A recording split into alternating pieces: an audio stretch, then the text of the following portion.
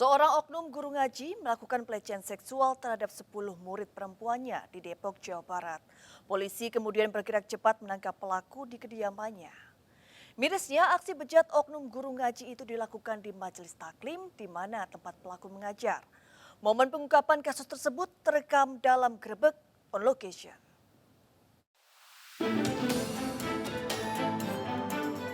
Adanya salah satu korban murid mengaji. Astaga. Aku disuruh kamar buat bersihin.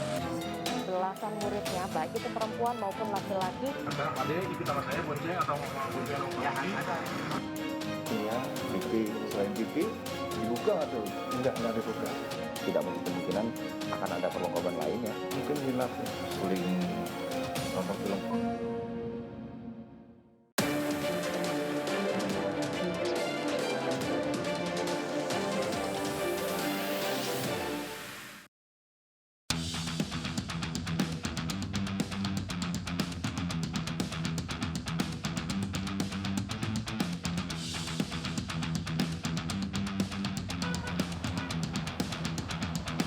Pemirsa, lonjakan kasus kejahatan seksual di Indonesia kian hari kian meresahkan.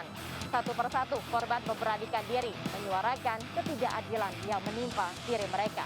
Indonesia sedang tak baik-baik saja.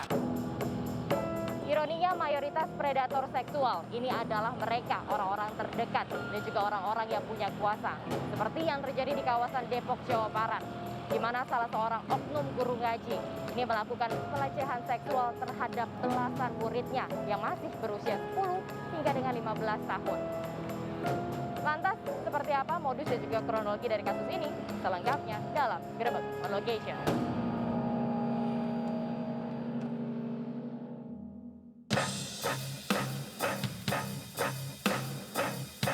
Ya, jadi begini Mbak Ineke ya. Jadi awal mula terungkapnya kasus ini itu adalah adanya salah satu korban murid mengaji di Majelis Taklim Fisabilillah Beji. Si korban ini melaporkan kepada ibunya bahwa telah terjadi sesuatu yang diibaratkan adalah pelecehan yang dilakukan oleh guru mengajinya.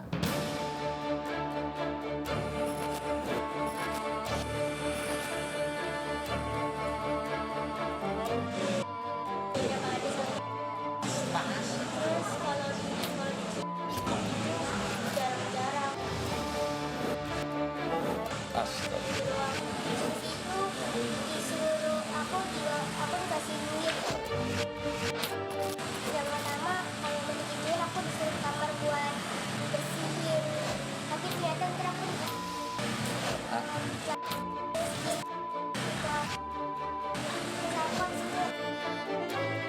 Tim kita yang sudah mendapat informasi langsung bergerak untuk mengamankan tersangka. Apa pelecehan di sini? Sudah begini, jadi nih kita udah musyawarah. Biar jelas masalahnya apa.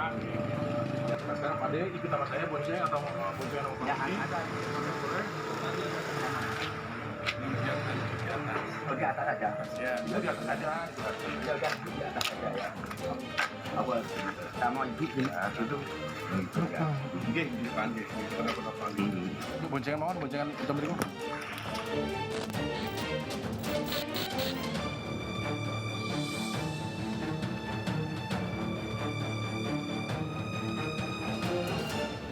Pemirsa, saat ini saya sudah berada di Jalan Kemirim Muka, Depok, Jawa Barat. Dan tepat di belakang saya, kalau pemirsa bisa lihat, ini adalah lokasi kejadian perkara atau tempat kejadian perkara di mana salah seorang guru ini melakukan pelecehan seksual terhadap belasan muridnya, baik itu perempuan maupun laki-laki yang masih di bawah umur. Kalau kami lihat beberapa pekan setelah kejadian, memang ada beberapa hal begitu yang berbeda, yakni berkenaan dengan spanduk-spanduk ataupun banner yang menunjukkan bahwa lokasi ini merupakan Majelis Taklim Fisabilillah. Ini sudah tidak terpasang lagi, sudah dicabut semua. Kemudian juga tadi kami sempat melihat adanya aktivitas perpindahan yang dilakukan. Tadi kami juga sempat menanyakan kepada warga yang memang mengontrak di dalam. Ini yang bersangkutan menyebutkan bahwa mereka diminta untuk pindah, diminta untuk mengosongkan tanpa diberitahukan kemudian alasan jelas mengapa mereka diminta untuk pindah. Dan bisa terlihat juga bahwa aktivitas pindahan seperti kasur-kasur di atas ini menunjukkan bahwa memang beberapa pekan setelah kasus pelecehan seksual itu terkuak, memang kemudian untuk aktivitas belajar mengajar ini langsung diberhentikan.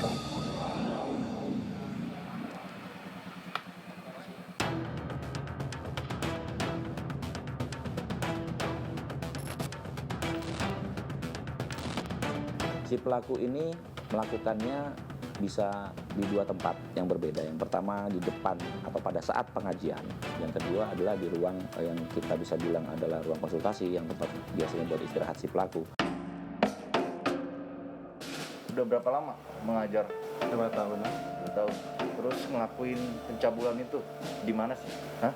Di taklim. Setelah mengaji apa sebelum? Belum. Cara Babeh ngelakuin hal tersebut tuh bagaimana? Nih, apanya? Iya. Pipi, selain pipi, Atau ada sedikit.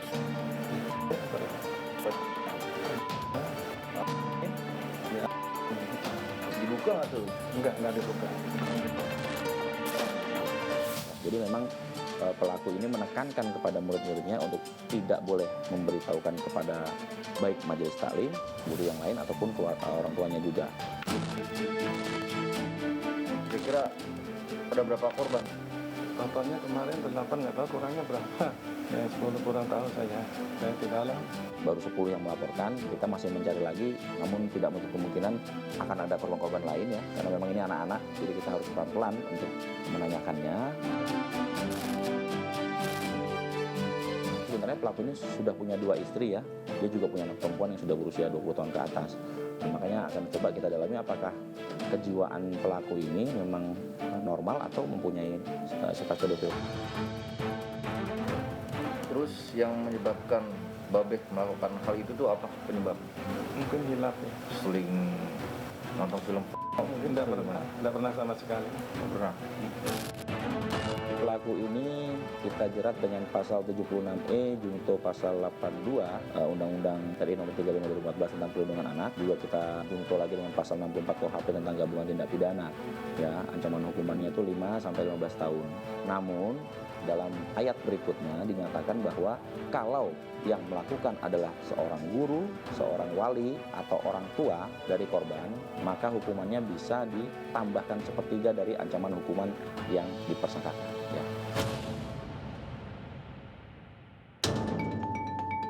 Apabila ada anak yang berhadapan dengan hukum, baik itu korban maupun pelaku, kita harapkan kalau mereka belum berani bersuara, silakan bersuara kepada orang-orang terdekat. Kita akan bekerja sama baik dengan Kementerian Sosial, dengan Komisi Perlindungan Anak terkait masalah pendampingan terhadap anak-anak yang menjadi korban, juga untuk trauma healingnya. Semua identitas pasti kita sembunyikan.